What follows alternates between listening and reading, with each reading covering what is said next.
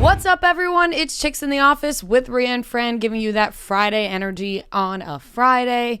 Today's Thursday, a lovely Thursday afternoon. The weather is really lovely outside. Sound like a weatherman there. Sound like we're the 4 o'clock news. That's what I was going for because, I hate talking about the weather, but the weather's beautiful today. It's in the 60s. Yeah, it's a tease though. It is a little tease. It's going to drop back down. It is a little tease. This week went by very fast though. You're going to go for a run? Outside. Because in the winter, I don't run because I don't have a gym membership or anything. Yeah. And if in the it's too summer, cold. do you run a lot? I try to, yeah. And that's why where I live now, I'm near Central Park. So just go over to Central Park, run through Central Park. Oh, that's beautiful, yeah. Noah. I don't think I knew that. You didn't know that I run? Yeah. He's talking about running occasionally. No, yes. That's the only form of exercise I've ever done. I knew that you did. I didn't know that it was I thought it was every once in a while. No, for a while, I was running every day in Central Park. Huh. Yeah. Good for you. That is nice. That is beautiful. Yeah. I, for one, cannot get myself to run, but let's get this out of the way. Run. Let's get this out of the way. I got flat feet. I couldn't see either of you running. No, I we're can't. Terrible I can't. runners. No, I've seen you run. I physically can't. I have extremely flat feet. If I start running, if I don't have my orthotics. Don't they make shoes for that probably? Yeah, they're heinous shoes. They used to call me Forrest Gump in high school. Because of the way you run. Yes. Oh boy. Yeah. Because when he's running. Yeah. Oh no, I know. Yeah. I know exactly what you're talking about. Exactly. It's not great. No, I playing basketball in high school, I got tendonitis in both my feet at the same time because of how basketball. Because of how flat my feet are. It was awful. Tendonitis. I was in a walking boot and on crutches. Oh god. It was terrible. Just from walking. No, from running. From playing basketball, it's like it's a lot of heavy work for your feet. You had crutches? For a little bit, yeah. That's sick. So my best friend growing I also up, did when I fell off my horse one time. Yeah. I didn't mean to laugh at that. It's just I fell off my horse. It's just so classy of you. But you walked around with crutches because you had tendonitis. Same thing happened with my best friend because of her flat foot. She had to wear crutches.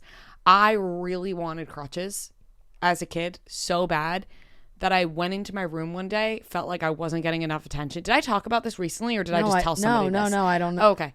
I must have just told somebody in my life about this recently that I felt like I wasn't getting enough attention at home because this is more so when I was younger. My sister and my brother, before I started doing acting and modeling, I was really the forgotten child. My sister and brother played so many sports. We went to Cooperstown for my brother for baseball. It's baseball every day. My sister plays softball, volleyball, basketball, every sport that you can imagine, cheerleading. Yeah. I was just dragged around to every single sporting event that you can imagine before I became the golden ticket. And one day I thought that I wasn't getting enough attention and I went into my room and I tried to break my ankle with a glass cross thing that I had in my room. I did the same thing in a different way. It wasn't really to get attention. It was just I thought for the longest time it was cool to have crutches or I wanted a cast. crutches. I think everybody had that. You know what I did? I put my fingers under my bed, picked my bed up, and dropped it on my hand to try to just hurt my finger a little bit so that I could get one of those finger casts. Finger casts. Sign it. Yeah, no, not people sign it. Just I thought it looked cool. No, I thought it was sick. People got those hot pink casts. Yeah, and then they get people to sign it. I thought my neighbors got hurt all the time and they had those. And I was like, fuck. And I also thought crutches were cool. Crutches were great because. You'd see someone on crutches and you'd be like, shit, I wish I had someone to carry my books for me. It was more so you always, someone was assigned to help you people in had school. to cater people had to to carry my books for me. Yes. And however, after about a week, it got old real fast. That shit sucked. People had to cater to you, which is why I wanted to break my ankles so that my family would cater to me and care about me. I think in high school, being injured is cool. I think high school, middle school and high school, being injured is you want to be injured. Yeah. If it's not too bad, if you don't have to get surgery or something. Horseback riding was middle school, and that was I had crutches and I sprained my ankle. I was on crutches and had a little ankle brace thing on. It wasn't serious. There's nothing, no hard cast. It was 2 weeks. I had to be on crutches. Right, that's the ideal. But injury. 1 week. 1 week it was and everybody's, oh my God, are you okay? What happened? Yeah.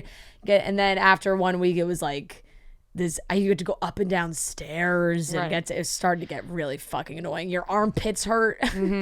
That's why like I said, I tried to break my ankle. I was like beating the shit out of it. Didn't work clearly. I just ended up with some bruises. And then eventually, both of you. I know, psychotic. I remember it like it was yesterday. Drop his bed on his hands. I am picturing myself sitting on my bed I had a glass cross in my room, and I took this glass cross and was just beating my ankle like a cross, like a cross, like a Catholic cross, like a Catholic cross. It was glass. Oh, that's kind of. I know. I don't. It was the only thing in my room that I thought was hard enough. And the crazy thing is that it was glass. What if you shattered it on your leg, Fran? Attention would have been given. But the crazy thing is you glass shards all over you. Like I don't remember what my lie was going to be, but like obviously I couldn't tell people if they're like, "What happened?" I wouldn't be like, "Oh, I dropped my bed on my hand." Accidentally dropped my bed on my hand. I would have had to made up like, "Oh, I was playing sports." Like I wanted to hurt my ankle so bad. It's all I wanted. You could have come up with something for the bed. You could have said I dropped I was trying to find something under my bed. No, it would have been like way cooler. Like, I would have come up with a cool lie. Yeah, a cool lie. I ended up with the attention that I ordered eventually in life, and then I couldn't get hurt. Then I had to do everything to avoid hurting myself. I also wanted to break my nose, and I wanted a new nose when I was younger. I eventually grew into it. People think I got a nose job. Not really. People still make fun of my nose, but my nose was like too big for my face at some point. Yeah. And I wanted a nose job, so I'd always be like, it'd be pretty sick if I could break my nose and then just end up with a nose job.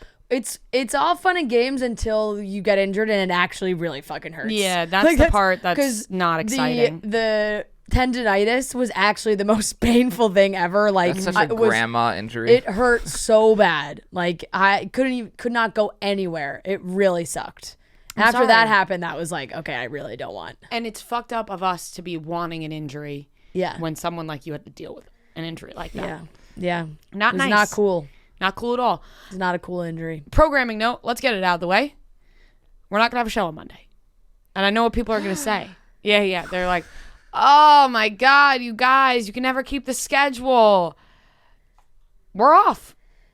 It's a holiday. It's a holiday weekend. It's a holiday weekend.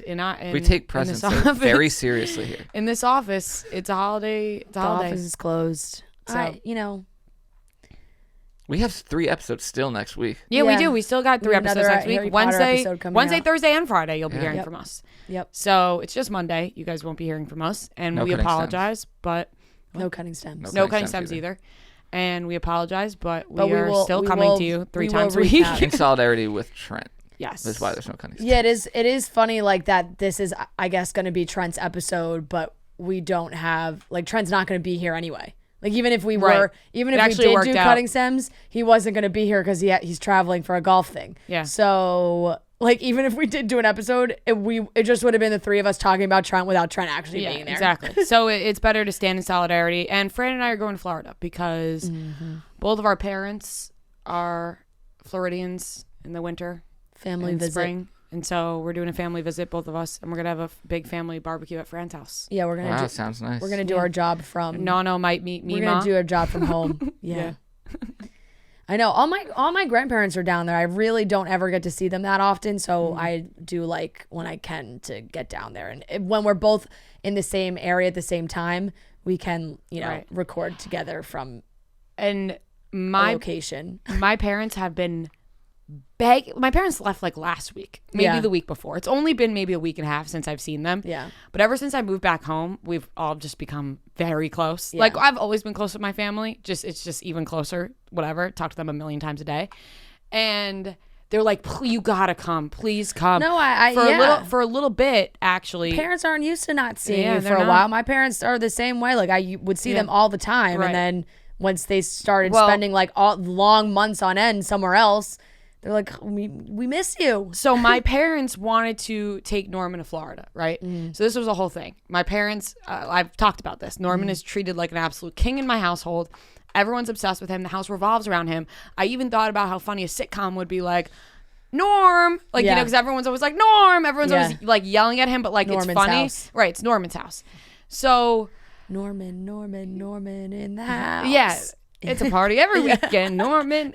Everything revolves around Norman. Everybody loves Norman. Everybody loves Norman. And it's like, and then you do like the shucks, like, Norm, when he gets in the trash.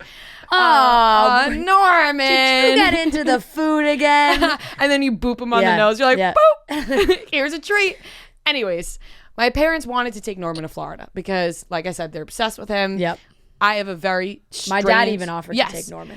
I have a very strange work schedule, but because I was living at home and like with work and everything, it just work. My parents don't work anymore. They're both retired at a very young age. Good for them. And so they were always around. They're always home. Somebody is always with Norman. But my sister and brother also live in my house too, and my sister's husband and my brother's girlfriend. So like fiance. My brother's fiance. Mm-hmm. They all live in the house. Yeah.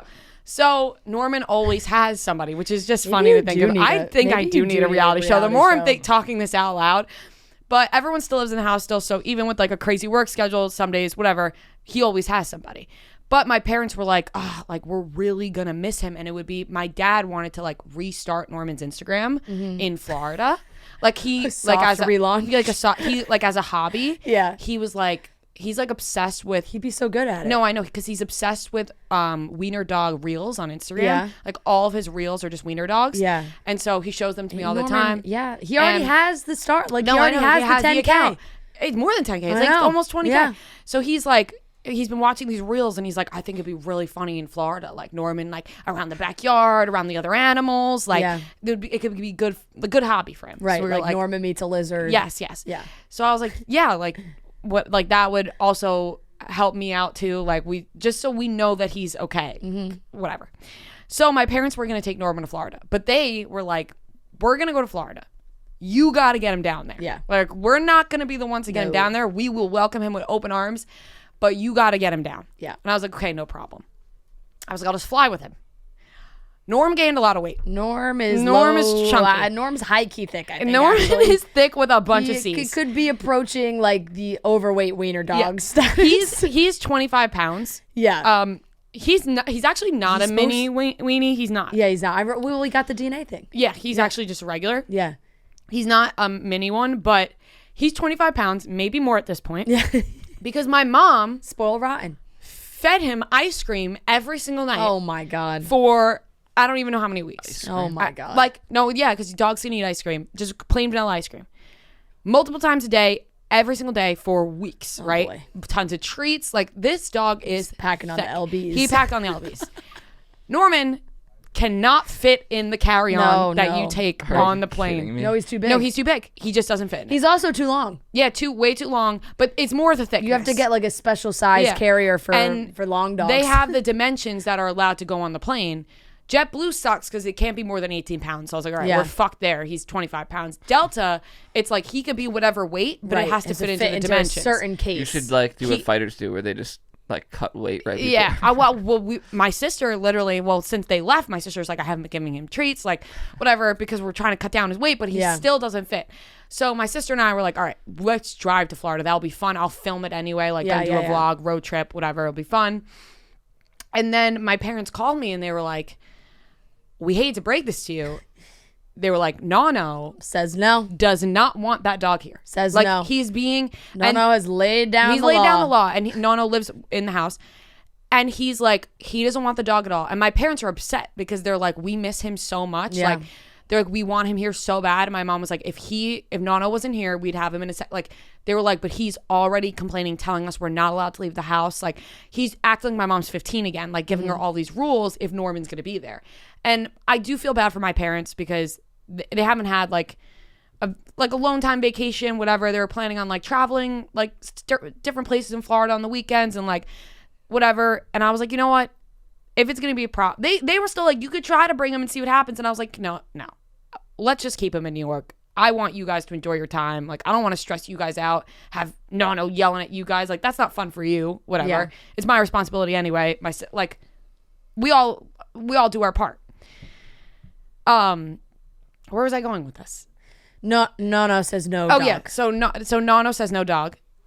My parents called me yesterday, and they're like, we were thinking about flying home for a couple days just to see Norm.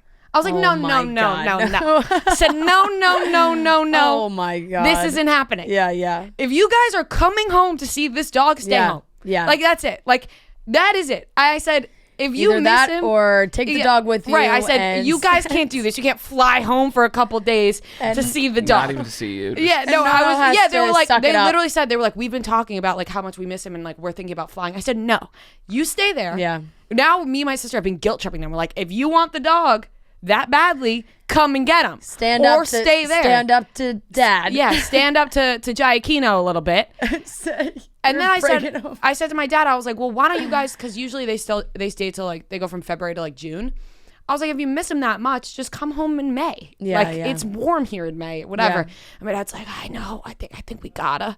He's like, I think we gotta. I was like, this is getting to a point where it's like, you guys, like, someone's gotta stand up to the old man. Yeah. Right? Yeah. It is what it is, though. Norman's so fucking cute anyway, and I think he's actually like, you can tell the first couple days they were gone, he was on edge a little bit. Yeah. Anytime he heard a car or like a slam of a door, he popped up. He thought they were coming home. Now it's like he sleeps until whatever time I wake up, right? Yeah. Like 9, 10 a.m. sometimes. My parents had him on a schedule where he was going to bed at 8 p.m.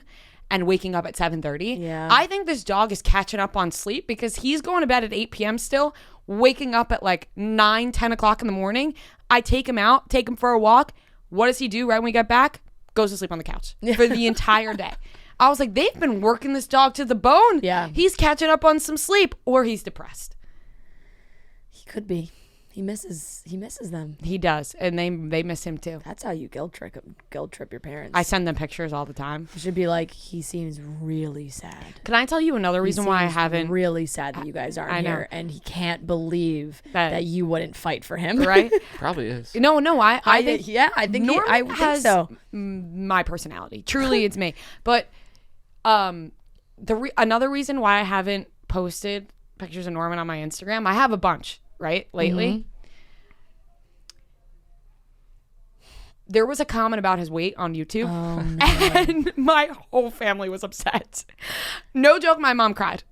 Oh, no. Like, she was like someone commented about Norman's weight and because he was in the most recent vlog that I did. Yeah. And my mom like teared up. Like, she's never even teared up about a comment about me, but she was like, they're commenting about Norman's weight. Well, and because I feel like she feels direct responsibility for that. I'll show you a picture right now, friend. You're gonna be like, you know what I'm saying? Yeah. Like, she's probably like, oh shoot, did I do that? Look at this. Oh no. I mean, I haven't seen him in a while. Yeah, I mean, he's chunk. Wait, can I see? He's chunky. Yeah, turn it around.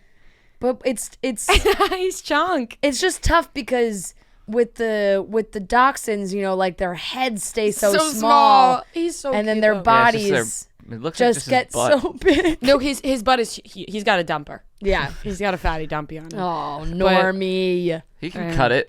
I believe in him. Norman. He's so fucking cute. That's why. Wait, look at how long he is, too. That's why Florida would be even better for him, though. I know. We were like, he's going to down in Florida. He's going to cut some weight. He cuts down a lot of weight in this past summer. He cut down so much weight.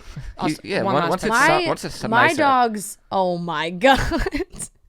My dogs get way skinnier when they're in Florida. Yeah, it would have been good, but and the Instagram would have came back. Instagram would have popped, and people would have been really excited about that. I don't have the time. The captions that your dad. I would love to see the captions that your dad would write. I know. You could learn a thing or two from Noah's mom running Murray's Instagram. They should collab. Exactly. Yeah, you could collab. And wow, Norman and Murray together would be a great duo, honestly. And I was excited for my dad because I feel Murray's so big. My dad so small. My dad loves social Unlikely media. Friends. Yeah, unlikely duo. Yeah. My dad loves social media and also needs a hobby. Yeah. So I was like, this would have been perfect for him, but I don't have the time to run Norman's Instagram. I don't even have the time to respond to some text messages sometimes. So it's like emails. Like it's like I can't. It's a full-time. We need a full-time employee running that Instagram, and my dad would have done it. He would have done it. Unfortunately, not the case. But I will keep everyone updated if Norman ends up making his way to Florida. Yeah. Which they were like, just bring him when you come, please. Just bring him when you come, and we'll see how Nana reacts. I was like, I'm not driving 20 hours for you guys to tell me I gotta drive all the way back. Yeah, no. Because we were gonna drive and then fly home. Yeah. I was like, that's just not happening. No. Like, rather him just stay home. He'll be happy. He won't be frazzled. Yeah. My brother's gonna be with him. He'll be good. Because like I said, we're going to Florida. Yeah. So that's that. That's Norman. That's the story of how Norman won't be going to Florida. That's the story about Norman won't be going to Florida and how won't be going to Florida. my Nano's turning into an angry old man. Oh man. Poor Norman. Maybe Mima will lighten him up. Hey, maybe. Who knows? Hey. When Fran said, because we'd been planning this for a while. We were like, let's go to Florida at the same time because our parents met for the New York show and they had a lot of fun together. Yeah. Our dads were like loving each other. And we were like, let's go to Florida at the same time so we could all hang out. And then Fran proposed this family barbecue to me. And I was like, wait a second. Do I bring Noah? Yeah. I have a question. If they say they got married, what would that make you two? Nano and Mima? Yeah. We'd be like step grandkids. Step grandkids. Well, like Rhea would be Mima's step grandkid. Yeah. I think. And like I think, yeah. right? Like that would be hilarious. Yeah. Yeah. I'm just trying to get a picture of them two together. I know, that's it. They don't even have to talk. Be a handsome couple. They would. Nano's hard to understand though. Yeah, that could be Are they tough because the same, like, Mima's around the same Italian age? is like not great. So yeah, and she's a talker. Yeah, she is a talker. They're around the same age. Yeah, I think so. Nano's 84. Yeah, she's a little bit younger than that. A but yeah. spry 84. Yeah. This man is goatee and all. He's looking good too. Mima would be very upset with me if I revealed her age on this podcast. Yeah, so I will not be doing that. She likes younger men. Yeah, she does. Remember, that was always her tip for me. Yeah, always Marry go younger. younger. Yeah. Yep. Now she's looking for younger. Yeah, I remember that when we told her Nano's age. She was like, Yeah, it was like, I'm trying. I might be going a little younger. All right, let's get into the topics. Yes, let's get into topics. Wait, I have something I wanted to say. Okay. I am going to be turning over a new leaf. I have established that I will no longer be arguing with Noah on this podcast. Yeah, okay. No, I see. This is already where the doubt comes in. Yeah, you should have. No, but I just think that's hilarious. Why did this happen? Was it because of the blanket thing yesterday? Blanket thing. No. Blanket thing. Because I realized that the littlest things are making me too angry. That's no way to live life. That is no way because to live of me? Yeah. Like so what? I'm gonna stop. No, you gotta stop now. I'm gonna stop. If she said she's gonna stop, I'm. No, but that kind of was like, No. You know, I'm making it. I'm gonna have a jar. I'm gonna create a jar. I'm gonna create a jar. It's gonna live in the studio. And Rhea, you're gonna have to judge if there's any point where I raise my voice. Oh my god. I'm gonna start taking notes. Raise my voice. Fran versus Noah. No. Raise my. I have to put $1 in the jar. Yes. Wow. You know, and then I get all the money. Yeah. Really? Yeah. That's why I'm saying I'm not gonna do it. Now, do we return it to Noah? Like, does Noah have to do the same? I don't think I'd do anything. See, but he doesn't think he antagonizes me at all, which is. I don't think I do. Sometimes it's just out of. Can I, as an outer party, can I speak? Yeah. I would like to give my input. Yeah. Okay. I think there's a couple things here. And I know I do things wrong too, so I'm not trying to act like a saint. That's besides the point. This is about you two right now. Yep. Fran, you sometimes snap at Noah. I snap for sure. Let me. Yeah. You Zip snap. it. You snap at Noah for no reason at all. Sometimes, like the blanket. And this is good in airing out on the podcast. Like the blanket thing yesterday. Noah comes over. He's all excited. He's like, "This blanket's so soft." New blankets. Actually on sale. No, but on sale now. Okay. And I understood where Fran's point was when she said this to you, but I was like, it's the tone in which you say it to him. You're talked down. And no, this you're taking responsibility. But I'm now. Yeah, not even snap. It's just like talking down to you. Yeah, I would say so. Right.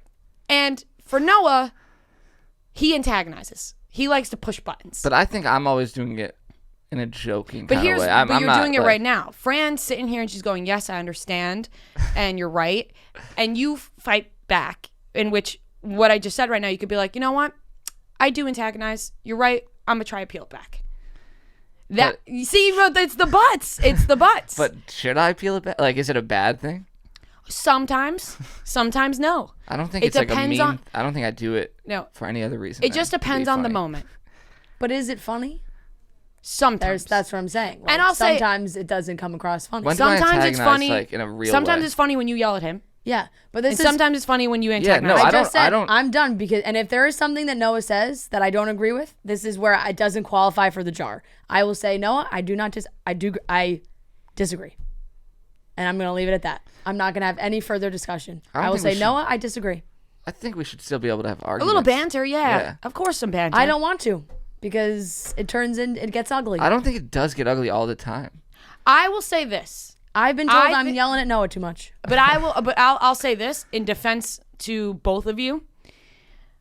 People are soft. And people are very soft. People feel too bad for me. They do. And here's the thing: people are soft, and they don't realize that the three of us have worked together for 4+ years now. Yeah. Work together every single day, hours upon hours. We don't stop texting each other. We're always working together. Yep. It's not gonna be rainbows and butterflies all the time. You're gonna argue a little bit, and also, personally, when I watch shows and podcasts I watch on YouTube. When the hosts and everything are just buddy all the time and they agree on everything, I'm like, this is boring. I like a little banter. So that's in defense. I will say I disagree with him, and then I will move on. I just don't want you to think that you're being, I don't want you to take that too personal, because I do think that some people probably enjoy a little banter and some people don't.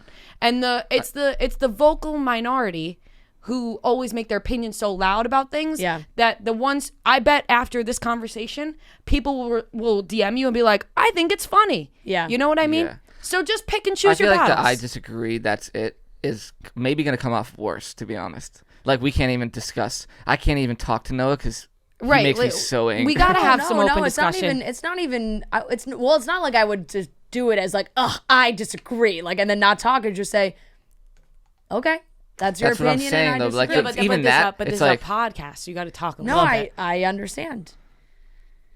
But it won't be going. That's what I'm saying. Like, I'm not going to be taking it. I'm not going to be taking it further than that. I'm just going to push the limits. I'm going to get her. I just don't want people listening. I won't crack.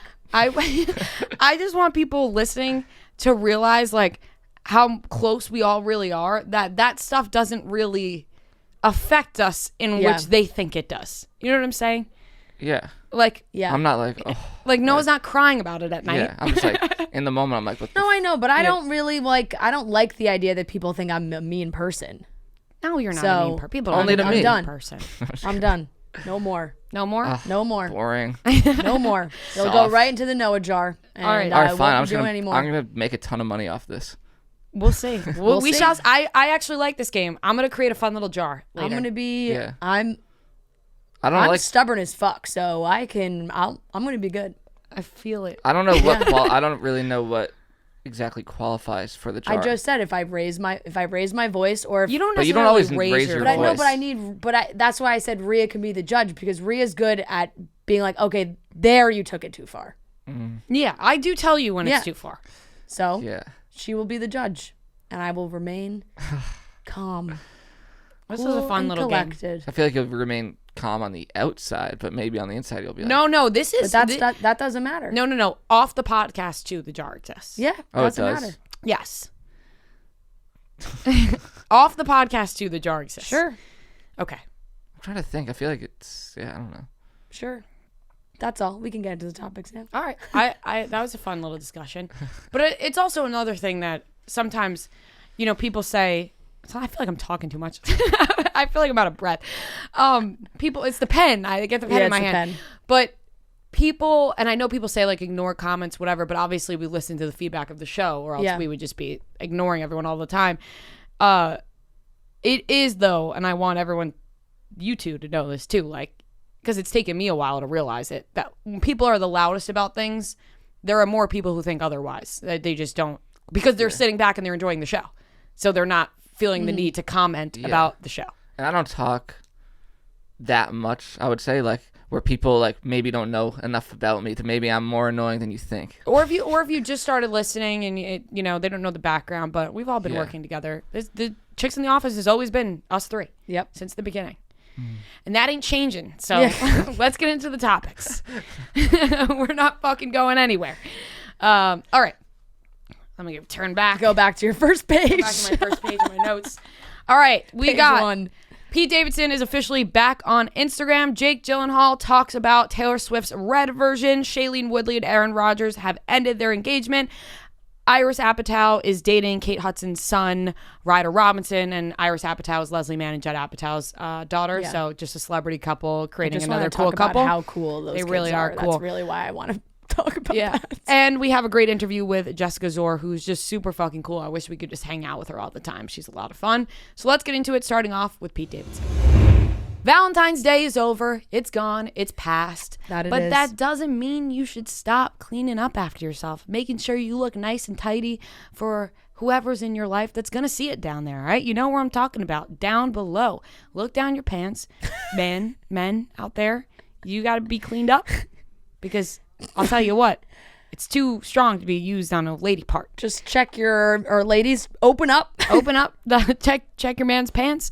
And ladies, don't use this on your lady part, because I feel like it'd be a little too rough. I don't know.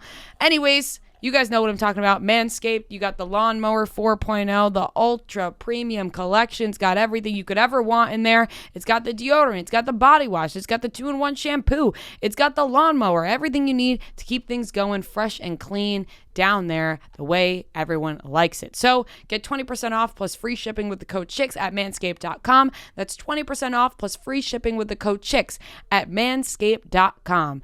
The only smell you'll want on him is a bottle, thanks to Manscaped. Oh, yeah. Yeah. Pete Davidson is officially back on Instagram, and he is only following 2 people that consist of Kim Kardashian and Sebastian Stan. No posts. People are confused about this because obviously everything that's happening with Kanye, it's honestly getting nauseating to even talk about at this point, but people are confused because Pete always says he wants to stay off social media, and you would think at a time like this, he would want to stay off social media. I'm thinking it's got to be new project of some sort. Yeah, it has to be. And as far as Kanye goes, like as of right now, real time, he is still posting, whether it's at Pete Davidson or now Lauren Michaels. He's just going for NBC, Page 6, TMZ's. He's going for them all.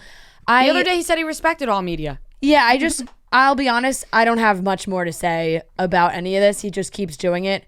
And interestingly enough, it took I saw more people posting on Instagram where it was a perspective that I had not even really thought of if this was not a celebrity, and if these were not celebrities and this was happening, it's harassment. This could be restraining order, really pretty dark stuff. And I'm you know what? That's pretty true. He just keeps on going in and in and in. So it just keeps getting worse and worse. I like I said, I don't have much. He's going to keep doing it. So that's it. And maybe will Pete post anything about him? I really don't think so. I'll be shocked if he does. His Instagram is PMD. Just his initials. That's it. He's already verified. He's got over 1 million followers. It must be for work. He must have something to do. What better way to, I guess, just publicity-wise in the time that we are living in right now with what is going on in their lives, if he is doing something with Sebastian Stan? Because if you Google their 2 names right now, it's Pete Davidson's back on Instagram. The only person he follows are Kim Kardashian and Sebastian Stan. Perhaps Pete and Sebastian are doing something together, and this we're going to hear more about it. It's a good way to soft launch that. Yeah, that would be really cool. I think that's probably the only way Pete would be joining Instagram. He's probably are you fucking kidding me? To his people, I got to join Instagram right now in the middle of this. There's no way that Pete is posting it himself. I would think that he's got somebody running his Instagram, because there is no way. I'm sure he's being told about everything Kanye's posting. But if I was him, I'd be I don't want to see all this all the time, every single day. And I am, 1, getting really sick of Kanye. 2, very excited to watch his documentary. I loved it. I'm excited to watch it. I think it's going to be cool. I also am getting real sick of it was funny at first, right? Because you were whoa, he's just posting about so much about Pete Davidson, taking it back, these memes. He was photoshopping shit. Now it's just it's too much. Okay, relax. You've gotten your point across. You're really fucking upset that your ex-wife is with Pete Davidson. Pete Davidson is very much aware of how upset you are. Nothing Kanye West posts is going to stop Pete Davidson from getting jobs. I don't know what he thinks. He's posting what Pete used to say about him on SNL, and now he's going after Lauren Michaels. It's nothing Kanye says is going to stop Pete from getting a job or dating Kim Kardashian. He's actually just going to push Kim and Pete closer together, because they're going to be it's just going to bring them closer because they have something to deal with. Watching the documentary it doesn't explain his behavior, but it's he's always been this way. He there was a whole scene where he just went to Rockefeller Records when he wasn't signed, walked in and would just go into random rooms with people who worked there and shut their music off and put his CD in and just blast and rap music to strangers. And it's this is who he is. Well, Well, it's not good. No, it's not good now. Yeah, it's just It's out of hand. No, it's definitely taken a dark turn. I feel like I just feel like for Kim, if this was happening to your best friend, and your best friend's ex was just completely online posting post all day about your best friend's new boyfriend, like, you call 911. Like, right. It's like, it's a harassment. If this was any other situation. Yes. Also, like, at first, maybe a little bit, the tiny stuff that Kanye was doing, it's like, he wants his family back together. He wants Kim back. That people could understand. Right. That, Posting a picture of, like, sending flowers. It's just, but it's also extravagant. Yeah, but it's like, you could, like an ego thing. Yeah, you could relate to that, right? Like somebody being like, they want their ex back very subtly.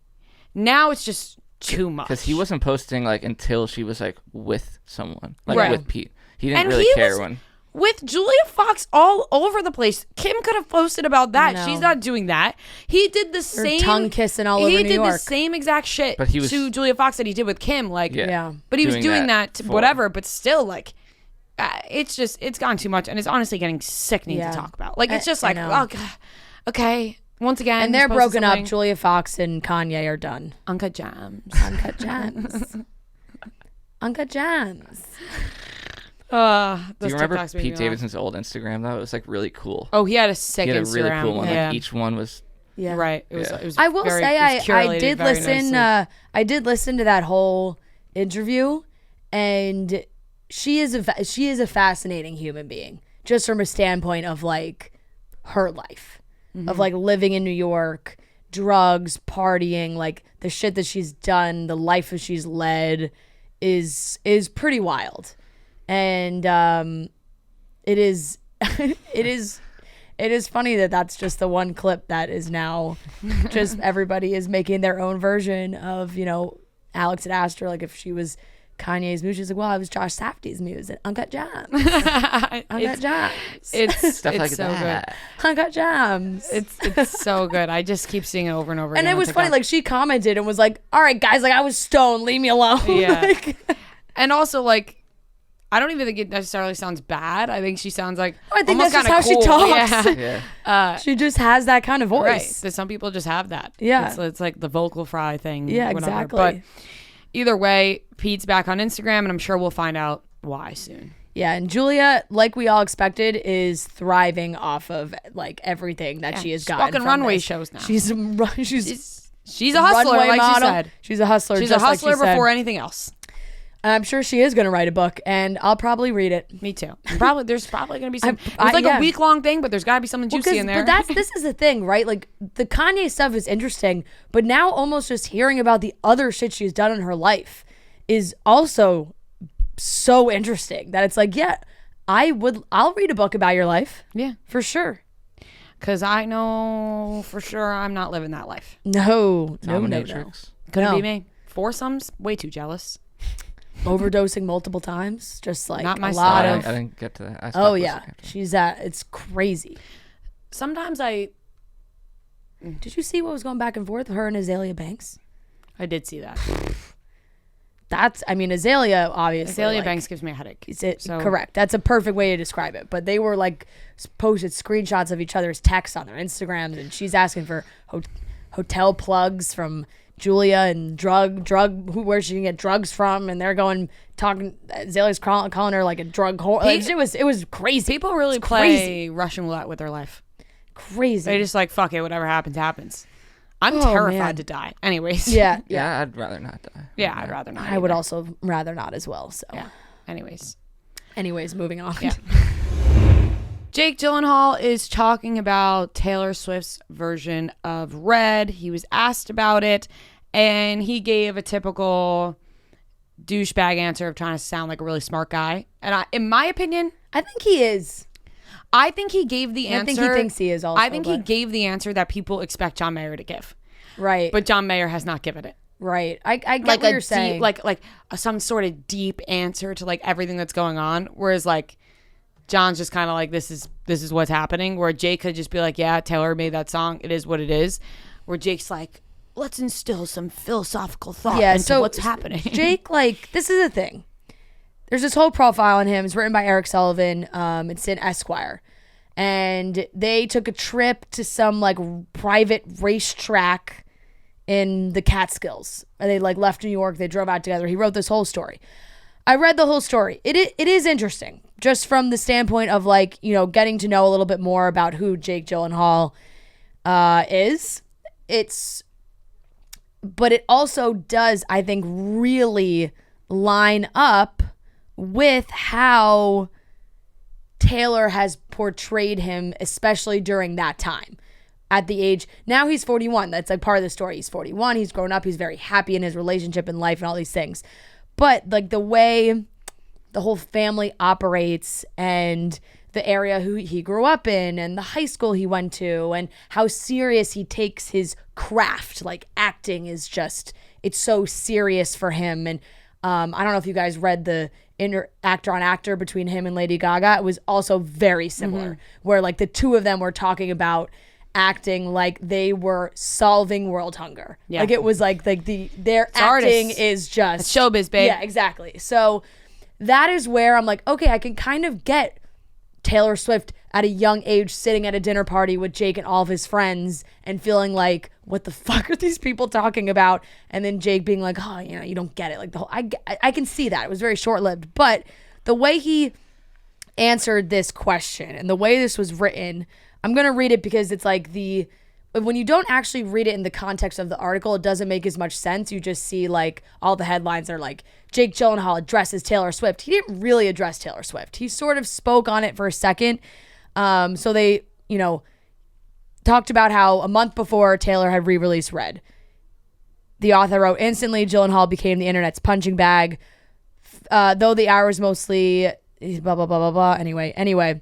If anyone came to his defense, their message was lost in the overwhelming anti-Jake sentiment that flooded the comments of not just his Instagram account, but also Maggie's and even Jamie Lee Curtis's. Jamie Lee Curtis, Jake Gyllenhaal's godmother.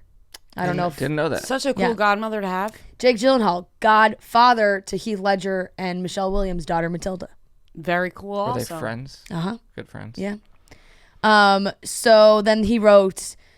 Entertainment media feasted for weeks. Gyllenhaal had never been in the press as much as he was in the weeks after the song's release. Not even close. Swift did not comment on her fans' reactions. While she's always been open about using her past relationships as lyrical fodder, she's never named names. Until now, Gyllenhaal hasn't commented either. That he turned off his Instagram comments was the only sign this firestorm had affected him at all. It has nothing to do with me. It's about her relationship with her fans, he says when I bring it up to him. It is her expression. Artists tap into personal experiences for inspiration, and I don't begrudge anyone that. Still, I offer, hasn't this past month been hard on him? He says it has not.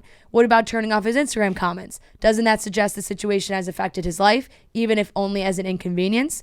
Here he starts speaking in broader terms. At some point, I think it's important when supporters get unruly that we feel responsibility to have them be civil and not allow for cyberbullying in one's name, he says. He falls silent, then pensive.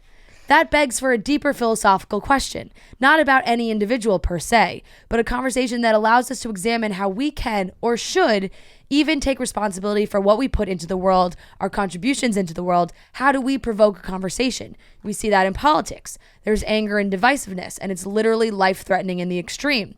I ask if his life has been threatened recently. He says, no, that's not what he's suggesting. My question is this our future? Is anger and divisiveness our future? Or can we be empowered and empowered others while simultaneously putting empathy and civility into the dominant conversation? That's the discussion we should be having. I then ask if he thinks such empowerment is achievable. I think it's possible, yes, of course, but I think many things are possible. He shrugs, his hands raised in the air as if to convey what more is there to say. Has he listened to the album? No. All right, Rhea, you want to take paragraph 4? Yeah. That gave me a headache. That's what I'm so like. This is just the kind of guy Jake Gyllenhaal is, which is fine. I can never sit down and have a conversation with Jake Gyllenhaal, and I'm not saying Jake Gyllenhaal wants to sit down and have a conversation with us. Yeah, but I don't want to have a conversation with anyone like that. But that's an interview. Like, I'm sure he's not like that. No, I kind of think he is. I just feel like a lot of these people are like that. But I'm not. I will say, like, I'm not immediately turned off by that. I do think I am interested. This almost makes me more interested to speak to him in real life to see if that is really how he speaks. I guess so. If that makes sense. I mean, to be fair, like, yeah, he raises a good question point, but also he does, honestly. Like, I think he does too. I think he raises a good question and point, but it's just more so like, at what point does Taylor Swift just have to step in? Right. But also it's kind of like your actions towards Taylor Swift, right? Right. It's like it can be flipped around, I guess, but really anything can be. It's just which side you're looking at it from. It's just I would love for Taylor to come out and be like, it was about you. Yeah, it's just one of those interviews that you read and you're just like, man, this really is, he's an artist. You know what I mean? Like, he's an artiste. He's really coming across like that. And I guess that's why they're great at their craft. Exactly, the word I'm using for. That's why they've molded their craft. Yeah, and great actor. Yeah, he is a great actor. Probably top 10. He's a really good actor. He is. Yeah. And now do I feel bad saying I don't want to sit down and have a conversation with him? No. If Jake Gyllenhaal wanted to come on here, you would have him. Of course. Yeah. Look, don't ask crazy questions. Crazy questions. Don't ask stupid questions like that. I would love to have Jake Gyllenhaal in here. I didn't mean it like that. Yeah. It's more so if he wasn't Jake Gyllenhaal, right? This just doesn't even matter, but take Jake Gyllenhaal off of this and it's just a random man on the street. That's what I'm saying. I hate when people talk like this, right? I feel like he can only talk like that because he's Jake Gyllenhaal. For sure. Yeah. I mean, anytime you hear someone say, that begs for a deeper philosophical question. It's like, I'll stop you right there. Right, yeah. Say no more. Say less. I'll stop you right there, sir. It's more about the way it's phrased. Yeah. Because it is a good point. It is fair. I think he answered that as well as he could. Yes. Because, of course, I don't think he really wants to talk about the song or Taylor Swift in general because, like he said, he did turn off his Instagram comments. It was something that happened and he had to deal with it. And I felt like he answered it as well as he could in that, look, that's her story. She has every right to tell it as an artist. If she wants to write songs about her life, that's what artists do. I feel like he handled it pretty well. This whole situation. If he had just been like, I don't want to talk about it, people would for it to be as big as it was 10 years later, I feel like at the end of the day, he handled it as well as someone could. Yeah. I'm excited to see what happens with the Dear John when that comes out. I know. It will be interesting to see. I really do hope that John Mayer, not that he's in, because I feel like that's already been debunked of him, being a part of it in some way. But prepare yourself, John. Like if he maybe posts a TikTok with the song playing or something. He's gonna get ripped. He should delete his TikTok. No, but I think John Mayer is gonna handle it beautifully. Yeah, I think he will, but I don't think that'll stop. No. He'll still get destroyed. I think sometimes he gets now. Like yes, John Mayer, I think was a douchebag back in the day and like did some fucked up things. I don't really know personally, but that's what I've heard and people. But I think now he's felt like that from Jessica Simpson's book. But I think people can. That's the one thing that bothers me is that people don't think that people can change, right? Yeah. Like they think that John Mayer has to be the same douchebag that he was 10 plus years ago. Same with Jake Gyllenhaal. He's like, I'm in a happy relationship. She's like, I'm good with my family. John Mayer can grow up and learn, and I think he talks about it all the time. He's like, I was a scumbag. Like, and you just look at the people he hangs out with. It's like they wouldn't hang out with him if he was like Andy Cole, all those guys. Yeah. And he is always, and when he did Current Mood, Bob Saget. Yeah, he would Bob always Saget loved John Mayer. Jem, Uncle Jams.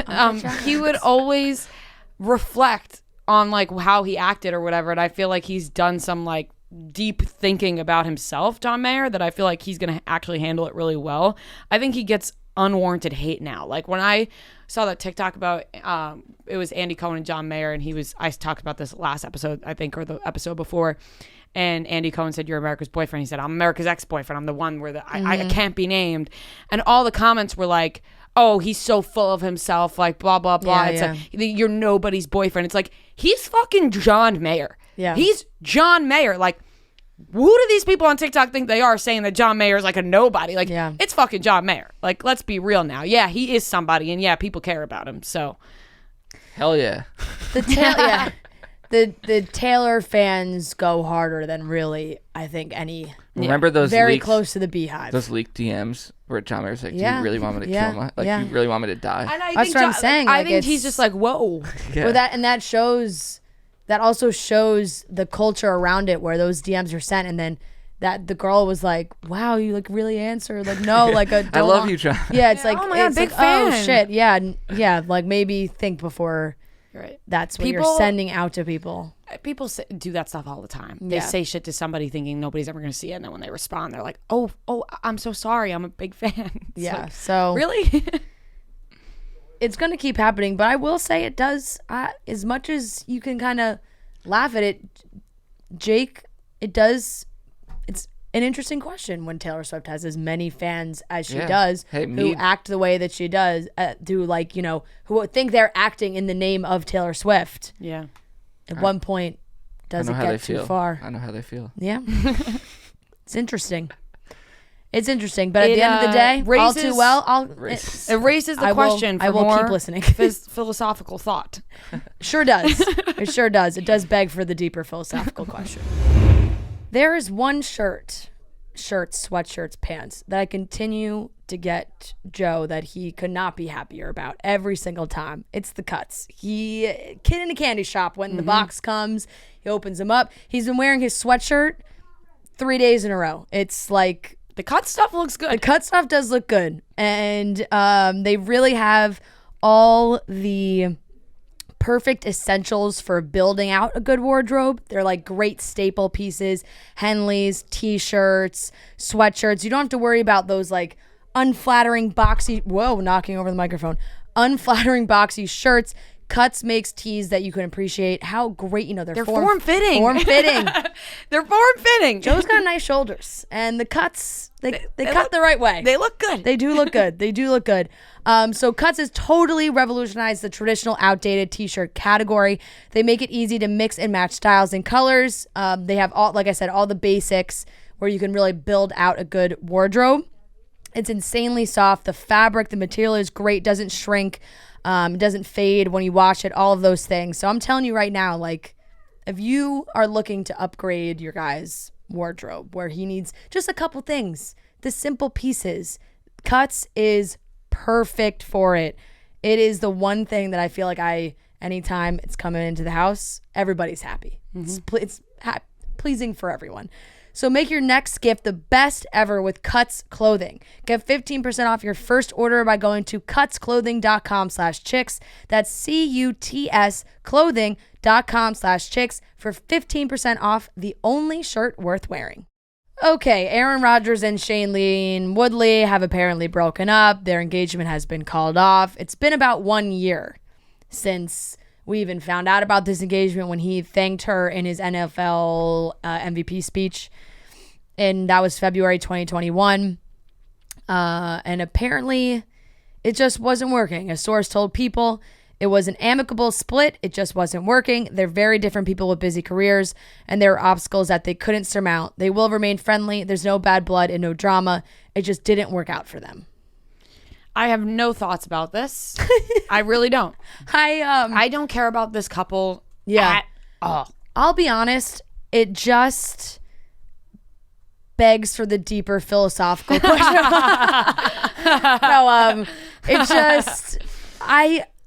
Aaron Rodgers as a person, I'm more and more turned off by. Yes, and confused by. Like I feel Aaron like Rodgers fell off. Feel like he's weird in relationships. I don't know what's going on. Family shit. We've heard the shit that Olivia Munn said about him. Like anytime, like the family shit. There just feels like there's a lot going on behind the scenes, the behind the man that we don't quite see. And I don't think Shailene Woodley is the most your average gal. She's a little funky too in her way, making her homemade medicine and shit. Like she's like a little bit of a hippie. Holistic. Yeah, she's a little bit of a hippie, and which is fine. If that's the way you want to live your life, go ahead. But it's just the more and more whenever there's something going on, I'm just like, I would love to know more about Aaron Rodgers, because to me, I'll be honest, at the beginning, this couple weirdly made sense. I was like, okay, I feel like they're both kind of out there. Maybe it'll work. But it just continues to not work for Aaron Rodgers. Like I said. Yeah. got nothing to say about this couple. I really don't. Like, You just can't get another ring. I'm not. No. But I'm not a huge fan of either of them. Yeah. Or really care about them. Yep. So I feel very indifferent about their engagement ending. Not shocked. Yeah. Shailene Woodley, any good movies? Divergent. You know what's a good movie? It's The Spectacular Now with Miles Teller. Yeah, Miles Teller. Fault in Our Stars. Fault in Our Stars. Never saw either of those. You Divergent? Divergent. Nope. Yep. You would like Divergent. Really? Divergent's great. What is Great that? film. It's like a superhero movie? I also like the one she's in with. Not superhero. I'd say more Hunger Games-esque. It is very Hunger But I Games-esque. actually Yeah, that's what I like thought. Divergent better than Hunger Games. Really? What about Yes. Did you watch Big Little Lies? Part of she's it. so part of good it. in Big Little Yeah. Lies. Yeah, part of it. Miles Teller is also in Divergent. The Descendants is also a good Oh, movie. The Descendants with George she's Clooney. with George that's a Clooney. good movie. That's a good movie. Yeah. Great actress, Shailene I mean, Woodley we all is- really forget that Secret Life of the American Yeah. Teenager was her I start. never watched that, but I always You wanted never to. watched? No, I never watched it because I felt I wasn't. I was still like a little young. Oh, I guess that's true. Oh, okay, it And came out in the 2008. bad- So I was Yeah. just starting high school. My bad influence friends watched it, and I thought that was Oh. a bad move for me to watch it because they were watching it. I would have thought you were the bad influence friend. I wasn't. I know that it may come across that way, but I actually was not the bad influence friend. Not until You became you grew into it. I am like I'm now. I am actually now the bad interested- influence friend. Yeah. I feel But like I'm interested to go back and watch this show if it like. Secret Life of American. Yeah, because I Teenager. feel like now I might watch it and be like, damn, this was like it was really. I felt like it was like the very stereotypical shunning of a pregnant teenager, Yeah, I'm sure. right? Yeah. So you never watched any of it at all? I knew what it was about. Yeah. But no, No, interesting. Okay, not at all. I did. And I have not watched it since it was on This TV, is not a and I teen- only watched like the first couple seasons. I didn't watch the whole This thing. is not a teen pregnancy, Okay. but I will say, the bad influence friend it was her favorite show. Just had a baby a couple months ago, and Congrats. she's my age. Good for her. Not a teen pregnancy. Not at all. It's No. actually a normal age. that Normal age. people have babies. Yeah. Weird story though. I don't know how much I want to tell. Are we about just Oh, gonna boy. go into this or? No, I feel like probably not. Feels call like- her up. Call her up. Feel like it's not your story to tell. I guess it's not. I guess Sounds it's like not a my story. normal story No, from what she's you saying. told us. No, she's saying the story of the girl. No, that's what I'm saying. Like so far, I haven't heard anything that crazy. Real quick, I'll just say it. And if you don't think it's to be in the podcast, we Yeah. can cut it out. I really don't think it's that bad at all. This one couple, they started dating from You when did we tell were. me about this. Yeah, they started dating from when we were in like 7th grade. Yeah. All throughout college, whatever. They broke up after college. They both started dating new people after college, and they both had babies within the same year. Oh, One of them had a spite baby. I think one of them had a spite baby. super fair. Not weird. but how do you That's not. know? That's not as weird as But that. you can't time that's it not a out bad like story. that. to No, tell. no. Okay. But also, like, how is that even if they're both pregnant at the same time? One got pregnant after the other one. Like very couple soon? months after. Because it's like you can't. You would have had to time Yeah, that couple- out. Like, couple you would months have had to after. know before. Yeah, couple months after. know? I don't know. It's just weird timing. Yes, that's just. They dated all throughout college, broke up after college, both started dating new people, both got And pregnant maybe with the the kids will be friends. What? Maybe those kids- Who knows?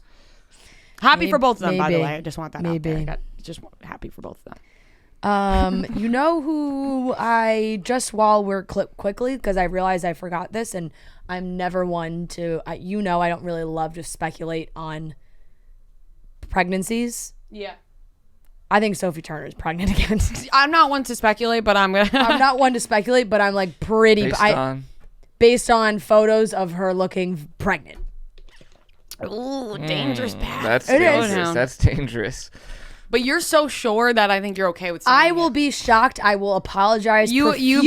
better. I'm not saying anything. You better That's like apologize. one of the profusely. worst I things you will. can do, I think. will apologize profusely. But she's like, she's doing like Rihanna fashion, like With her stomach. Yes, Like she's putting her stomach out. Yeah. And she's like holding And, no, it. and it hasn't really caught yet. Yeah, like like- Rihanna. It's like, come on, guys. She's holding her stomach in some of these pictures too. yeah. But I'm not gonna say Once what again, Fran said. that would- Fran will once again, profusely apologize. I will apologize for the rest of my life if I am That wrong. has to be one of my biggest like fears is to say. I'm looking at the pictures. I'm just showing you. Yeah. I mean, I'm not yeah, asking you guys yeah. to speculate. That's not what I'm asking. Maybe we got a movie I don't roll. want Maybe we you got a guys movie roll to coming up. jump in. But I just Okay. Yeah, I just, if I'm wrong. You don't want to say it, but you're thinking it. If I'm wrong, I'm wrong. If I'm not, I couldn't be more happy that their family is growing. If you're wrong, good for her. If I'm wrong, yeah, like if I'm wrong, I apologize. And like I said, I will be incredibly, incredibly sorry. But I do, it just. If you're wrong, no, we're going to scratch this podcast. Yeah. We're actually going to delete it from the feed. Yeah. Yeah.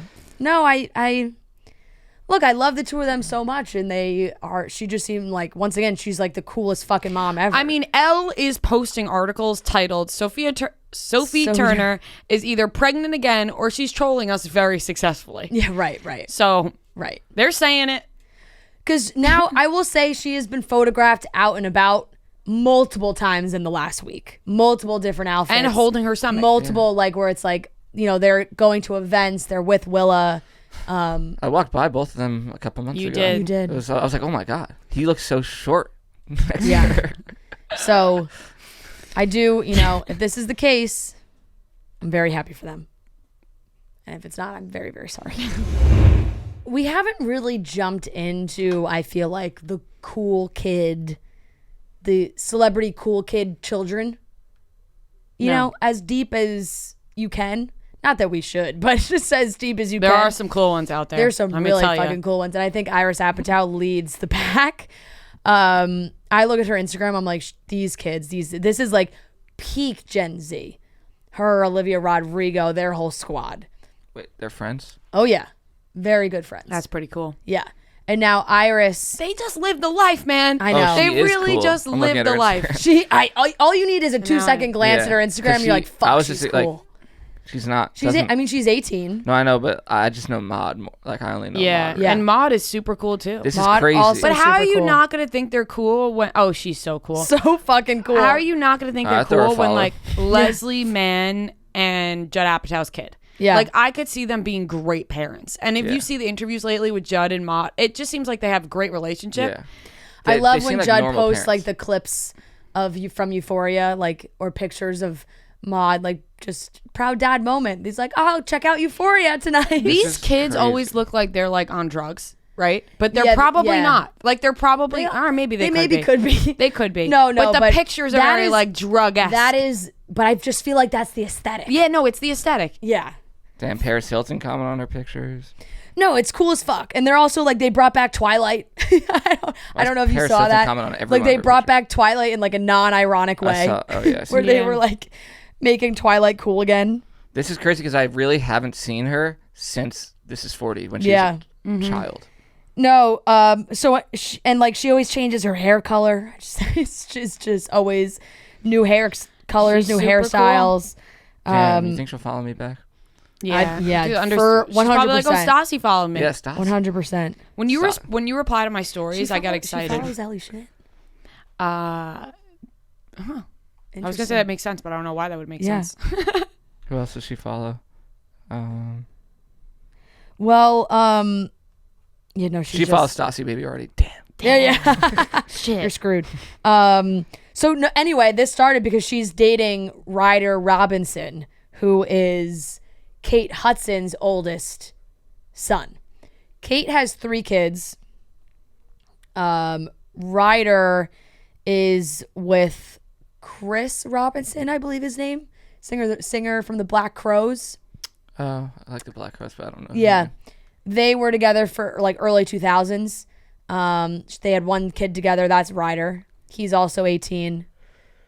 Epic name.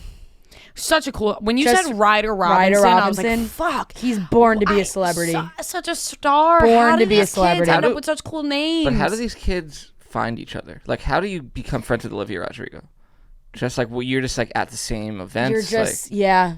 And I just think Iris is automatically cool. But why? Because of her parents. You could be they could have had me. True. And then it's like, do I get to be friends just because my parents, or do I have to? Well, really be cool? This is the thing. The door opens. Yeah. You got to be cool enough to push it all. I know. That's a lot of pressure, I feel like. No, for sure. I mean, you're Judd Apatow and Leslie Mann's kid. I feel like I'm sure there's pressure, but they also seem like they handle it very well. They also seem like their parents are really fucking cool and normal. How does Zach I feel like Leslie know Mann's every a cool goddamn mom. person in the world? Like, of course he's like because he's liking connected. her pictures. Because if you're trying to get into any of the cool places, you got to be friends with Zach Bia. That's... Sometimes I wish I was friends with Zach Bia. Me too. Me too. Zach Bia. But anyway, it's just cool as fuck. These kids. Yeah, like this is her, like this is what I was picturing. Right. Yeah, you're picturing her literally an 8-year-old. They are super cool. And Ryder. She was the cool one in that movie. The kid out of the two kids. Yes, she was. And Ryder posted a picture of the two of them, like it was like a very cute little Instagram relationship announcement. And the parents are all on board. Leslie commented with some hearts. Kate Hudson commented as well. Sweets. She commented sweets with a heart emoji. So cute. Just like it is so cute. Just picturing Leslie Mann and Kate Hudson hanging out. Yeah. Kate Hudson's so cool. So is Leslie Mann. I have a giant poster of Kate Hudson I got to hang up in my... Really? It's an Almost Famous poster. Yeah, I knew it. Yeah. She, and I know this is like, I'm late to the game on this because this was a few weeks ago, but I might be one of the only people who actually watch every episode of That's My Jam with Jimmy Fallon.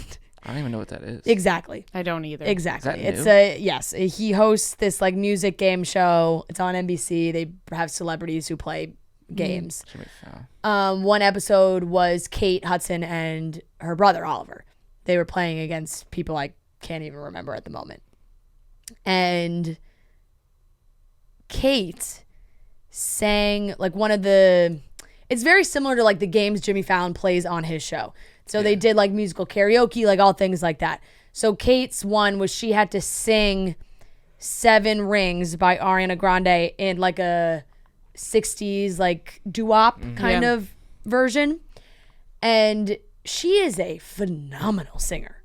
Like so good. Hudson? Kate Hudson.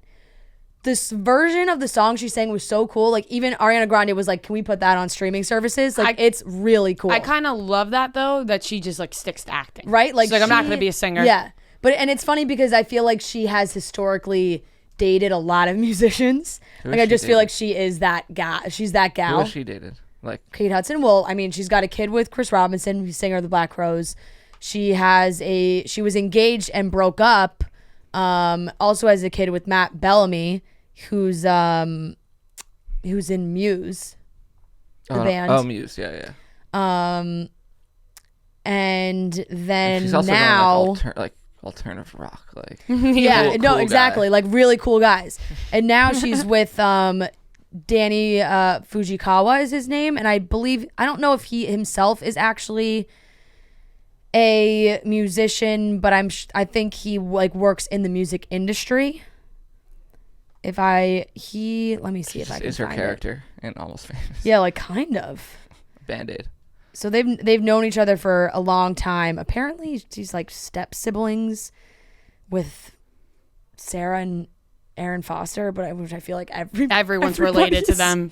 It can say that. So yeah, they've been together for a while. They also have a baby together. And I don't know like what exactly. I can't find it in here what exactly he does, but wait, does Iris Apatow act? Is she currently acting? I don't. Or like, what does she think do? So she's just cool. He's an actor, professional. Okay, this guy does it all. It seems like as well. Imagine being professionally cool, right? Like and Zach also Bia. You just have so much money. Yeah. That her parents are never going to make her get a job. No, I mean she has her sister, her mom, her dad. They're all and making it's just money. like you just be cool. Just be cool. Yeah. Yeah. She's old. I mean, she's so young. She could Yeah, she but could she's do not going whatever to school, the fuck right? she wants. I doubt she's Okay, going to so college. she actually played. Am I looking at the right person? Yes. She played the character of Aria Hopkins in Love from 2016 to 2018. I never watched that, but that was a Judd Apatow thing. Yeah. Yeah. That was on Netflix. Yeah. And I guess she was in that. Throwback to when Judd Apatow posted about Trent being the luggage guy. Looks like he won't be able to do that again this season. Fuck, I forgot about that. Yeah. Forgot about that. I think he deleted it. Yeah, damn. Yeah, so anyway, it's just like the circle. The circle's so small. It is. Of just cool celebrities with their cool celebrity kids all intermingling, which is how you just get more cool celebrities. Kid up next. ASAP Rihanna's kid. Oh, yeah. Will be the next cool. Well, they'll lead they'll be with like the Kardashian They're almost like kids. too cool. Like, Right, exactly. Yeah. Who knows? Yeah, it's crazy. But Hollywood, they all stay close. We have an awesome interview with Jessica Szohr. We're talking all things Gossip Girl. But first, we got to remind you guys that Coors Light is here for you. Coors Light knows that when you need some time to unwind, relax, you got to be stocked up. Got to be able to open your fridge, have it right there. That's why, it's so easy to get delivered right to your door these days. But everything is just... It's a go, go, go lifestyle that we're all living in. You have tons in your life, whether it's work, friends, family, all these expectations. You got to be on 24/7. And sometimes you just need a moment to turn off and hit reset, which is why we reached for the only beer that's made to chill, Coors Light. The mountains on the bottles and cans even turn blue when your beer is cold. That way you know when it's time to chill. It's cold lagered, cold filtered, cold packaged. It's as crisp and refreshing as the Colorado Rockies, perfect for a moment to unwind. So when you want to have that relaxation moment, we got a bunch of, Harry Potter episodes coming up. Maybe you want to sit back, watch another movie, catch up with us. You can do it with a nice Coors Light. So that's why Coors Light is the one we choose when we need to unwind. So when you want to hit reset, reach for the beer that's made to chill. Get Coors Light in the new look delivered straight to your door with Drizzly or Instacart by going to CoorsLight.com/chicks. All right, everyone, we are here with a very special guest. We have Jessica Szohr joining the podcast. She also has her new podcast out. It's all about Gossip Girl, which we love. It's XOXO with Jessica Szohr. Welcome back to the show. You were actually on our show before a long time ago. I don't even know if you remember that. I totally do. And I remember coming up to the office and being like, it was very just cool because Barstool and then everything that you guys do, I'm a big fan of. Because you guys keep it real and it's fun and fresh. And then Barstool, anything that they do cracks my shit up, like on a level. I'm always like, when anyone sends me something on Instagram or something, like it's if I'm like laughing out loud, it's Barstool. So I just remember the office and everything was great. But since then, the entire world shut down. And I find it funny because for me with the podcast, and this is all new to me, everything is over Zoom or Skype or, all that. Is that flat out what you guys do now because of the situation our whole world was just in, or do you still have guests come in? Well, first off, we have a whole new office, so it's so much bigger and nicer than the one you saw, and this studio we made our own, which is way cooler. Some people come in, and most are over Zoom now, but we do have some guests come in here and there. Yeah, I would say it has a lot to do with just where the guest is actually located. Like if they live in New York, then it's a lot easier. Guests will come in, if they're local. But now it just feels like there's just not a lot of the classic press tours that people do or they're traveling. Right, exactly. And so now they're doing that over Zoom. So it happens a lot, but I feel like a lot of people now, and you can probably attest to this, where you're like, well, if I don't have to leave my house, you're like, if I don't have to leave my house, if I don't have to leave my kid, I don't have to leave my family, and I can just do everything over Zoom, then I'm going to do that. So I feel like that's the approach people take now. But it's cool because I feel like we get more people than we usually would have now because it's not just... Because people can do it from wherever. Yeah, exactly. It's not just New York. But you have your own podcast now. You have your own studio going on over there. You got the professional mics and everything. How's it going for you? Do you like doing the podcast? I'm like really enjoying it. To be totally honest and totally honest about it, I was like taking this on, being a new mom, coming with my man. Well, he played hockey here in Canada, and I wanted to still do something fun and artful and colorful and something that I like knew a lot about, but I wasn't really someone that was like, oh, let me start a podcast. So when it was brought to me, I was like, oh, you guys got something there. And I definitely feel like there's an audience because people really enjoyed Gossip Girl, but I don't know if I'm your girl, so thank you, but no, thank you. And then my manager a couple of days later was like, listen, you can take this and create, come up with some of your own ideas, go back to them, and you can literally go to Canada and do this. And I'm like, wait, what? Yeah. Okay. So then I called back and kind of gave them my creative ideas of what I would change. They liked it. We came together and did it. But to be honest, there's a lot more work that goes into it. And I'm someone who likes to work hard and it gets me going and all that. So I wasn't trying to take it on because I thought it was going to be easy. But I don't think people understand. I think people think you throw on your headphones and just have a conversation, which that is what a podcast is. But there's so much more work that goes into all of it that I don't think a lot of people understand, and they shouldn't. You come on to like hear a conversation, people should just enjoy it. They don't need to know all of it. But I was like really shocked by that. Yeah, that's very true. And like you said, Gossip Girl, still so popular. People still love hearing about it and talking about it. And this is kind of a different approach. There are so many podcasts right now, I would say, that are rewatching old shows, things like that. But that is not what you're doing. You know, you are bringing in guests, you're having conversations, Fashion World, other co-stars from the show, a lot of really cool things.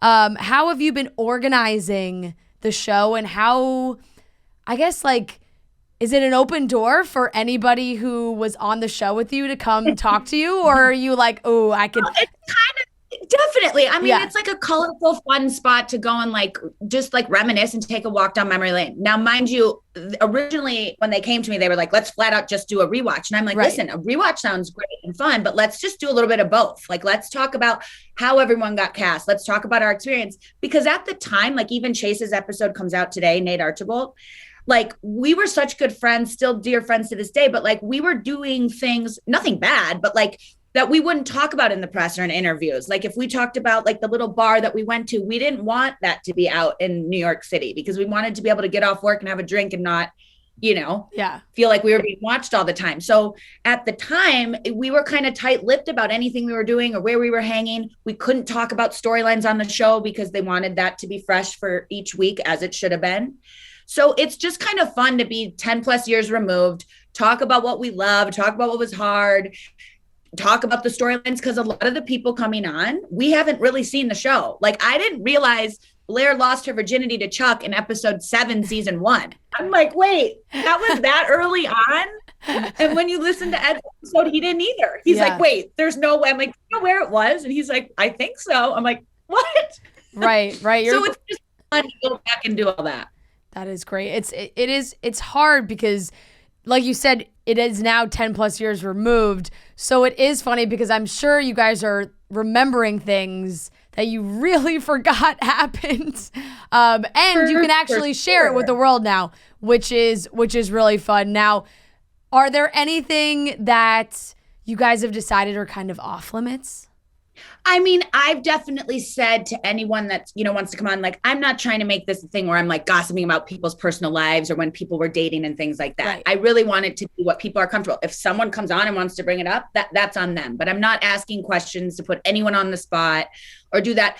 One, a lot of them are still very dear friends to me. And two, I just didn't want, this isn't like a gossip podcast where I'm like trying to like bust out some things. But there are definitely things when you come on, you're going to hear that like we didn't know at the time, you know, some things behind the scenes of like just on set that were like problematic on the day that we didn't know that like ended up being Serena's epic look and like the most sought after, you know, outfit. So there's like things like that. And it's just fun for us I play a couple games with the guests, and it's like, it's just really fun to hear. And there's just a lot that, you know, we didn't see. So when we're talking about different episodes, and I do start doing rewatches. Every few episodes I do a rewatch, which are super fun. Yeah. So different guests will come on and do it with me. But I mean, it was wild. You guys watched it when it first aired, right? Oh yeah. I did not watch it when it first aired. I was like a little too young at that point, but I remember my sister like being very excited week to week. And then later on, when I was in high school, she was like, you have to watch Gossip Girl. She gave me like a bunch of shows I got to watch, you know, all the classic like teen dramas.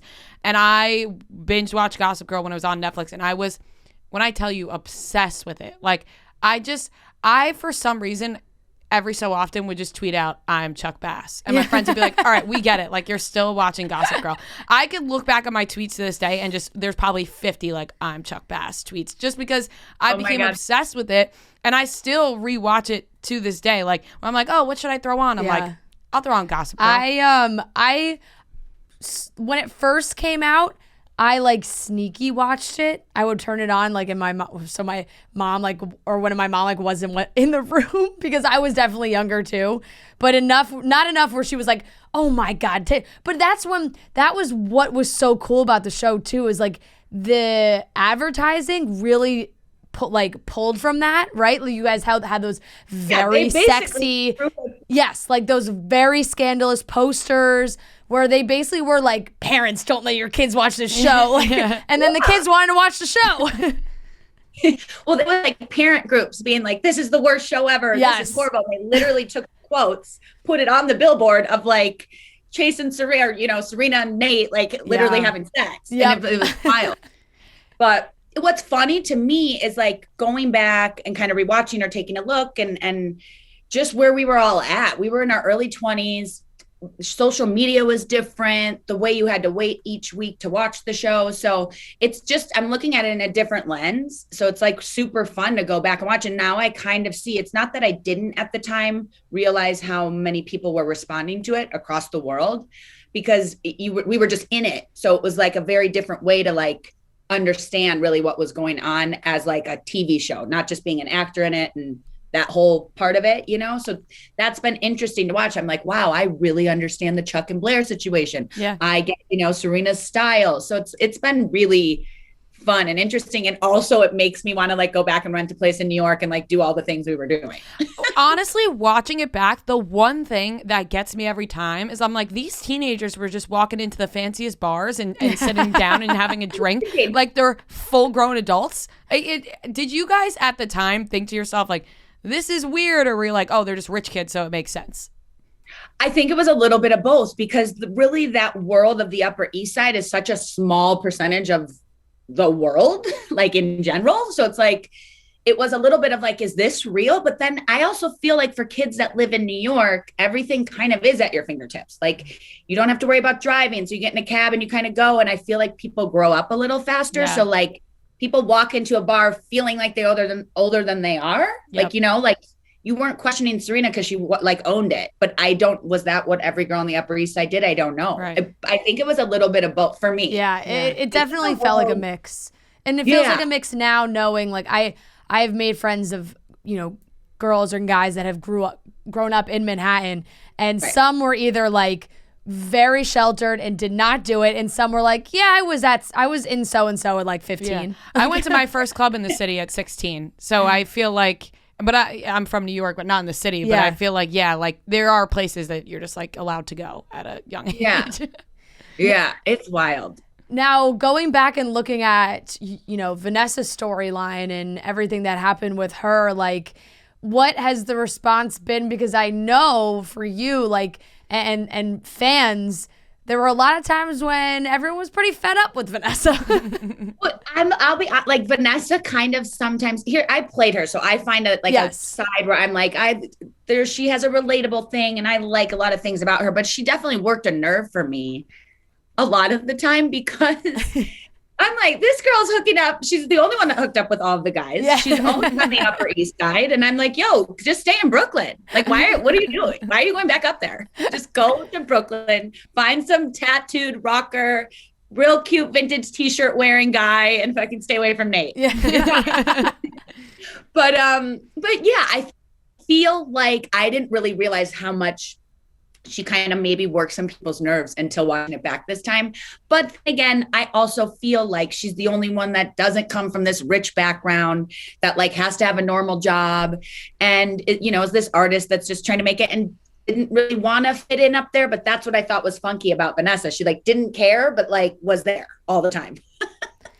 So that was interesting and funny to me. Yeah. But I think she's sweet. I think she's like, she means well. Right. But at the time I wasn't like, I'm like, whoa, she really like, that was kind of annoying, but it's funny the way that people get so worked up over characters. Like even myself, right? Like I get worked up over shows, but then there's some characters for TV shows that I get like protective over when everyone shits on them. Like lately Euphoria, right? That's been on and people are like going after Cassie and they're so mad at Cassie. And I'm like, oh, like, I feel bad a little bit. And then everyone's like, why do you feel bad? It's like, I don't know. She's a fake character. She's a fake character. I feel bad because she's not real and everyone's shitting on her.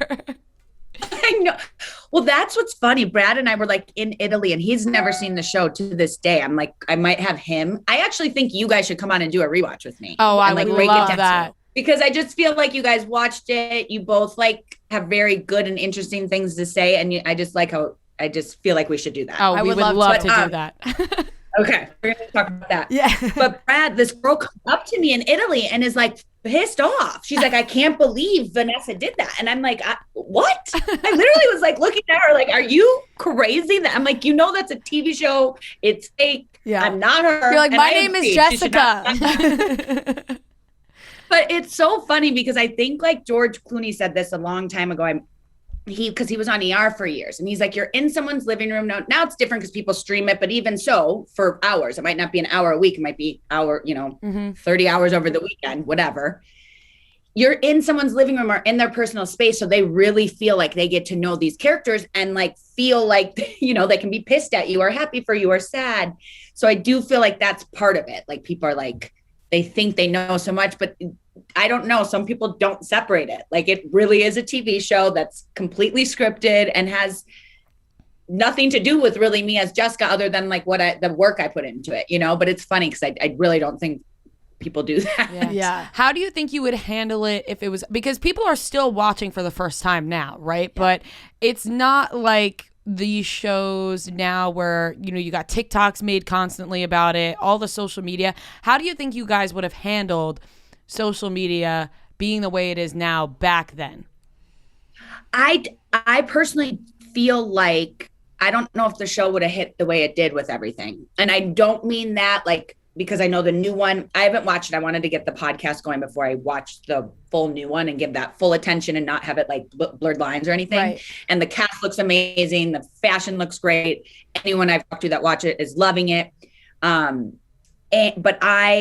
For me, I feel like I'm interested to watch the new one because of that, because I just don't, we were a show about a blog when no social media existed. So it was kind of like before this whole big thing in the world that like now everyone has and exists on or is a big part of their life every, day to day.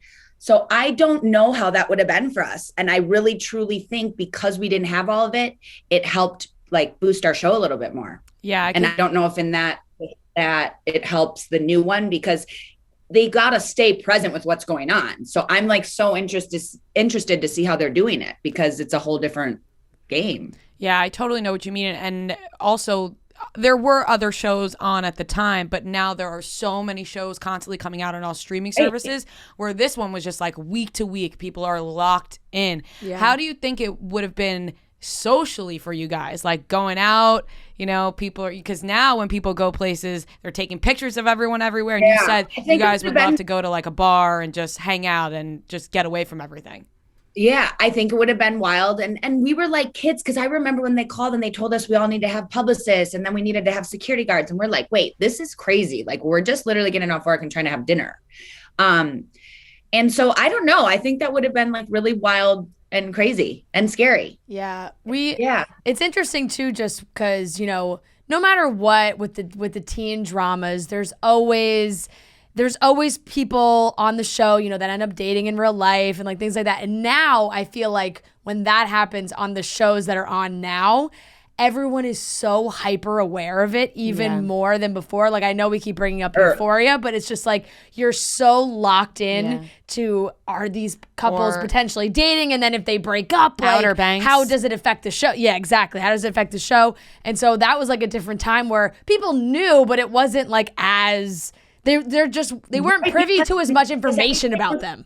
That's what I mean. Yeah, like there was paparazzi pictures, but there wasn't inside stories or overhearing things or videos and things like that because there was a level of keeping things private because there just wasn't so many things out there in your face. But I mean, a lot of us did date, you know what I mean? Through the show.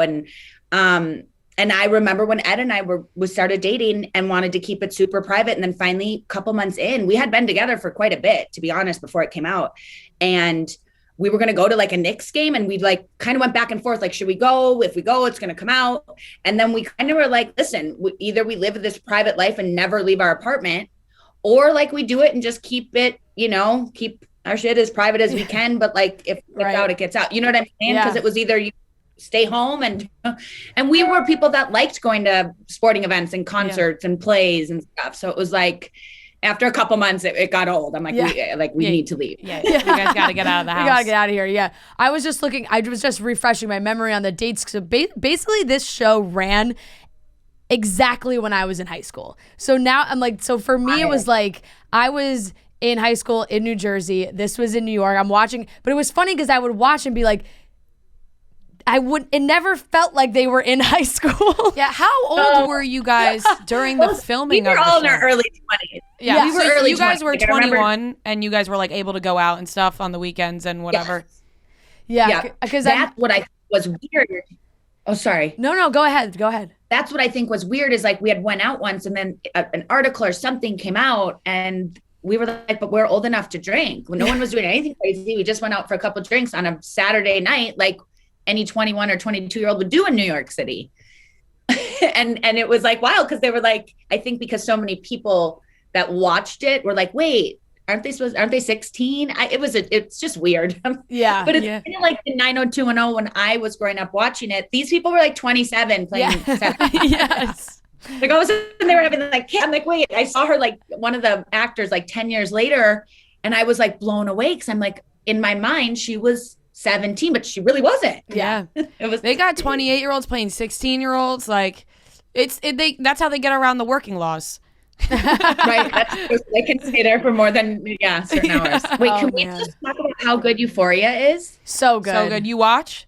I do. I'm not like caught up right now. I mean, I've definitely watched the whole first season. Yeah. But I'm not caught up. I don't even know what I'm at, but I'm like loving it. I think the acting is so amazing and sick. And something I really liked about the first season is they like touch on so many different things without, when I say shoving it in your face, I feel like that's just TV. It's like just there for you. But I like that they didn't make over certain things. Like it was just, it was what it was. I think sometimes when shows try to like push the gay or push the trans or push this, it's like, let it just be what it is. Cause that is what it is. Right. And I kind of like, that was a big part of why I like it. It just normalizes everything. Yeah. And I think like, that's why like Hunter, you're like, Jessica. Yeah.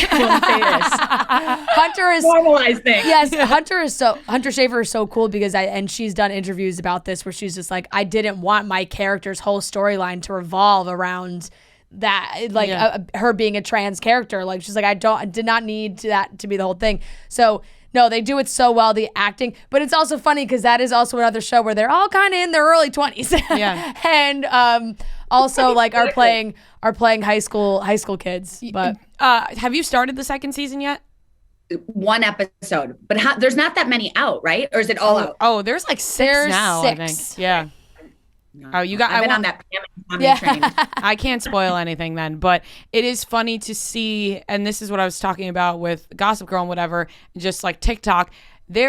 My whole For You page on TikTok is filled with just theories about Euphoria. It's like they pick apart every single thing about this show. Gossip Girl would have been like that. Yeah, they don't just let the show be. It's like, oh my God, we need to replay every single scene that has happened on this show. And then you're just like, can't we just watch the damn show? Like, can't we just enjoy the show? Well, yeah, because everyone has an opinion and can just like put it out there. And that's also like great, but it also is like, I mean, you just let it breathe for a minute. Yeah. I bet none of the actors can even go on and listen and watch that because it would be just like, one, take up too much time, and two, what are you going to do? You're not going back and reshooting the episode. So exactly. You know what I mean? So, but the acting is so good. And I'm really like, it's rad. They really are incredible. Everyone's always like, Zendaya needs an Emmy. She needs another Emmy. And you're like, but all the other characters too. You're like, Zendaya is amazing, but like everyone on that show is so good. Yeah.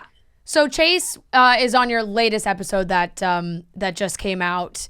Do you have like a list of other co-stars you would love to have? Like, have you reached out to a lot of people? Because I feel like I would just love to hear like everybody. Yeah, the list of that we have recorded that are still coming out is amazing and rad and wonderful. And we still have a ton of episodes. So there's a bunch of different people that'll come on for rewatches. There's some people that we're trying to figure out scheduling, some people that we've reached out with and waiting to hear back on. So there's like a lot to happen and go on, but it's been like super fun and a really great, like the first 6 episodes are like really rad and wonderful and a lot of information and a lot of just like laughs. I cried a couple times, but it's speaking of like Euphoria, and you were just talking about nominations, we get into that in a couple episodes because I keep watching and I think everyone really brought their A game to it and really like the characters are rad and everyone did a great job. But there's just been so many scenes with Leighton, with Blair, that I'm like, yo, this girl is like bringing every emotion in a 2-page scene that I just am kind of, we got a ton of, People's Choice and Kids' Choice Awards, which I like will always hold dear to my heart. And I love that. I'm not like overlooking that by any means, but I'm like, I don't know, maybe they just years ago didn't look at teen shows that way. Yep. But I do think there were so many people that really brought a lot to their characters.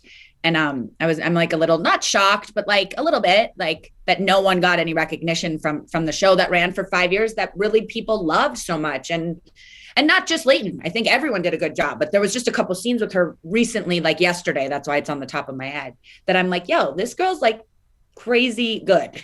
Like, yeah. Show some respect. No, I know. I think it's so many of those shows I feel like were so good and just like I don't know, like the critics just kind of like raise their nose at it a little bit, sometimes. But it has been it's changed so much just because of the streaming. Like now movies on Netflix can be nominated for Oscars and everything. So like things have just changed entirely. Yeah.